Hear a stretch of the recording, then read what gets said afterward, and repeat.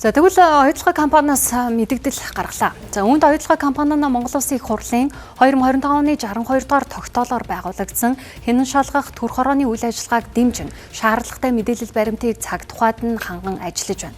Өнөөдрийн байдлаар бид төр хороонд нийт 30 мянга гаруй хуудас баримт бичгийг хүлээлгэн өгч, томилогдсон байцаагч шинжээч нартай олон удаагийн уулзалт хилцүүлэг хийгээд байна.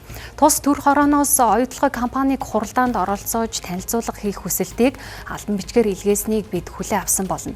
Гэвч сүүлийн үед компаниг чиглэсэн ташаа мэдээлэл үндэслэлгүйгээр буруутгасан дайралтууд нэмэгдсэний дээр оюу толгойн оффист зохион байгуулалттай бүлэг хүмүүс цуглаарч үйл ажиллагаанд хүндрэл учруулах боллоо.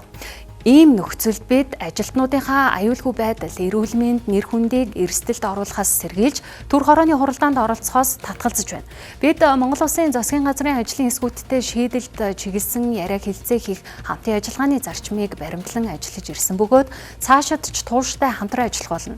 Оюу толгойн үйл ажиллагаа урт хугацаанд тогтвортой өргөөжийг тэнцвэртэйгээр хангахын төлөө бид тууштай ажиллахын зэрэгцээ төр хорооны хянан шалгалтын чигүүргийг хүндэтгэн дэмжин ажиллана гэдгээ илэрхийлж байна гэжээ.